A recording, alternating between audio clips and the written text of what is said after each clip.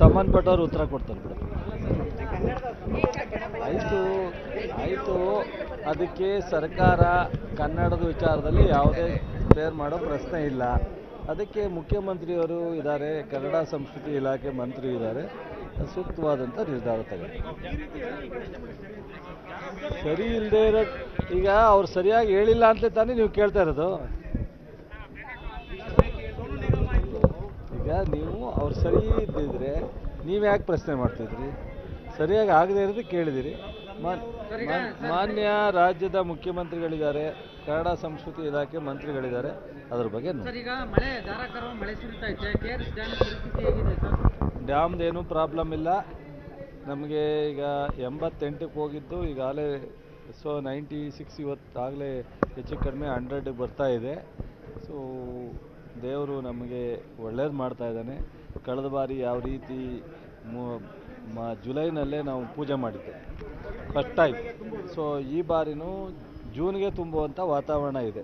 ಸ್ವಲ್ಪ ಮಳೆ ಕಂಟಿನ್ಯೂ ಆದರೆ ಆದರೆ ಏನಾಗುತ್ತೆ, 110 ಅಡಿ ಆದಮೇಲೆ ನಮ್ಮದು ಮೇಜರ್ ಫಿಲಪ್ ಆಗುತ್ತೆ. 112 ಅಡಿಗೆ 50%, ಇನ್ನು ಉಳಿದಿರೋ 12 ಅಡಿಗೆ 50%. ಹಾಗಾಗಿ ಈಗೇನು 100 ಅಡಿ ದಾಟುತ್ತೆ, ಇದು ನಮ್ಮ ಮುಖ್ಯ ಅಲ್ಲ. ಇನ್ನು ಮುಂದೆ ಸೊ ಹೋಗ್ತಾ ಇರುತ್ತೆ. ತಮಿಳ್ನಾಡಿಗೆ ಈ ಅಚ್ಚುಕಟ್ಟಲ್ಲೇ ಬೇಕಾದಷ್ಟು ಹೋಗ್ತಾ ಇದೆ. ಎಕ್ಸಸ್ಸು ಇದು ಲೆಕ್ಕ ಬರಲ್ವಲ್ಲ. ಜೂನಿಂದ ಕೊಡೋದನ್ನು ನಾವು ಮುಂದಿನ ಇದಕ್ಕೆ ಕ್ಯಾರಿ ಓವರ್ ಮಾಡ್ಬೋದು. ಈಗ ಎಷ್ಟೇ ಹೋದ್ರೂ ಇಲ್ಲಕ್ಕೆಲ್ಲ ಕಬಿನಿ ಆಲೇ ಫಿಲಪ್ ಆಗ್ತಾ ಇದೆ. ಕಬಿನಿನಲ್ಲಿ ಹೆಚ್ಚು ಕಡಿಮೆ ನಿನ್ನೆ ಫಿಲಪ್ಪೇ ಆಗಿರ್ಬೋದು ಬಹುಶಃ ಅಂತ ಅಂದ್ಕೊಂಡಿದ್ದೀನಿ. ನಾನು ಇವತ್ತು ಮಾಹಿತಿ ತಗೊಂಡಿಲ್ಲ. ಕಬಿನಿಯಿಂದ ನೇರವಾಗಿ ಈಗ ಫಿಲಪ್ ಆದಮೇಲೆ ಜಾಸ್ತಿ ಹೋಗುತ್ತೆ. ಸೊ ಈಗಾಗಲೇ ಈ ಜೂನ್ನಲ್ಲಿ ಮೇನಲ್ಲಿ ಏನು ಹೋಗಬೇಕಾಗಿತ್ತು ಅದು ಡಬಲ್ ಹೋಗ್ಬಿಟ್ಟಿದೆ. ಸೊ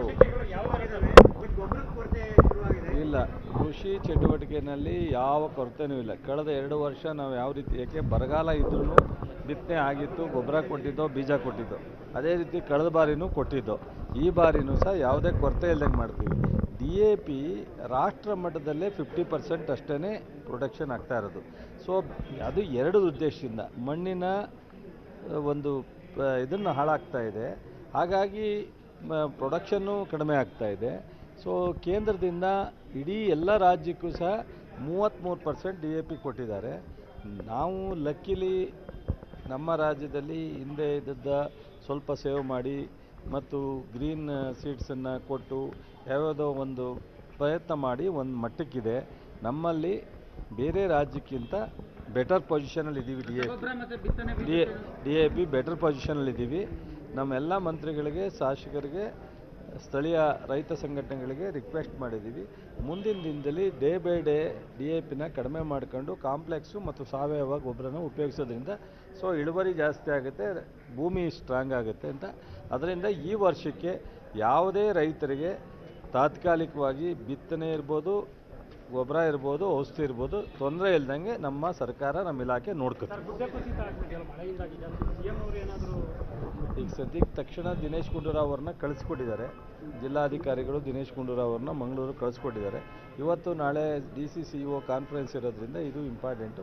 ಇದು ನೋಡ್ಕೊಂಡು ಮುಂದೆ ಪ್ಲ್ಯಾನ್ ಮಾಡ್ತಾರೆ.